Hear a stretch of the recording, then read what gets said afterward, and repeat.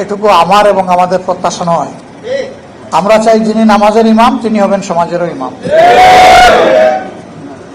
নামাজের ইমামের ইমামতিতে যেমন মসজিদের ভিতরে আল্লাহর বিধান অনুযায়ী নামাজ কায়েম করার কারণে শান্তি প্রতিষ্ঠিত হয়েছে, ঠিক এই মুত্তাকি মানুষগুলা যদি সমাজে নেতৃত্ব দেন তাহলে সমাজেও ইনশাল্লাহ শান্তি কায়েম হবে। যে মানুষগুলা শুধুমাত্র আল্লাহকে ভয় করে চলবে, জীবনের প্রত্যেকটি ব্যাপারে অধীনস্থ এবং সহকর্মীদের ব্যাপারে ভীত সন্ত্রস্ত থাকবে। আমাকে হুঁশিয়ার করে দেওয়া হয়েছে কুল্লুকুম রাঈ ওয়া কুল্লুকুম মাসউলুন আলা আন রাঈতি আন রাঈ,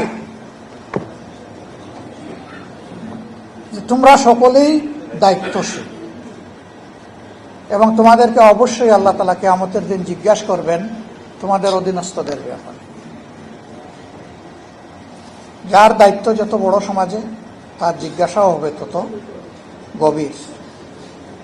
এই ভয় যখন একজন মানুষের অন্তরে থাকবে, একজন ওয়ার্ড মেম্বার থেকে শুরু করে পার্লামেন্ট মেম্বার পর্যন্ত এই চরিত্রের মানুষ যদি দেশের নেতৃত্বে আসেন তাহলে আলহামদুলিল্লাহ আমরা যে মানবিক সমাজ আশা করি সেই সমাজ প্রতিষ্ঠিত হওয়া সম্ভব। এর বাইরে গিয়ে জ্ঞান বিজ্ঞান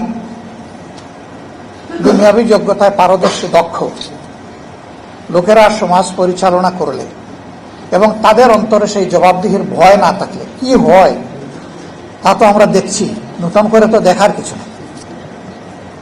আমার বলতে কোনো দ্বিধা নেই, শিক্ষিত সমাজের সকলে নয়, কিন্তু শিক্ষিত সমাজের একটা অংশের মানুষ যে ক্ষতি জাতির করে সারা সাধারণ দেশবাসী কোটি কোটি মিলেও সেই ক্ষতি জাতির করতে পারে না, এই যোগ্যতা তাদের নাই।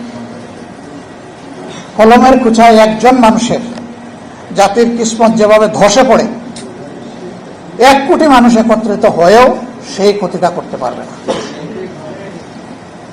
এই ক্ষেত্রে উলামায়ে কেরামের বিশেষ দায়িত্ব রয়েছে জাতিকে জাগ্রত করা, সতর্ক করা। আপনারা সেই খেদমত আঞ্জাম দিবেন আমরা আপনাদের কাছে আশা করি। কোরআনের আলোকে কোরআনের গল্পই মানুষের জন্য যথেষ্ট। এখানে আহসানুল কাসাস আছে, সুন্দর সুন্দর জীবন ঘনিষ্ঠ গল্প আছে। এই গল্পগুলা মানব জাতির জন্য আল্লাহর পক্ষ থেকে নিয়ামত হিসাবে উপহার, যে এইরকমই অতীতে মানুষগুলোর সাথে আল্লাহ তাআলা হয় তার রহমত বর্ষণ করে সাহায্য করেছেন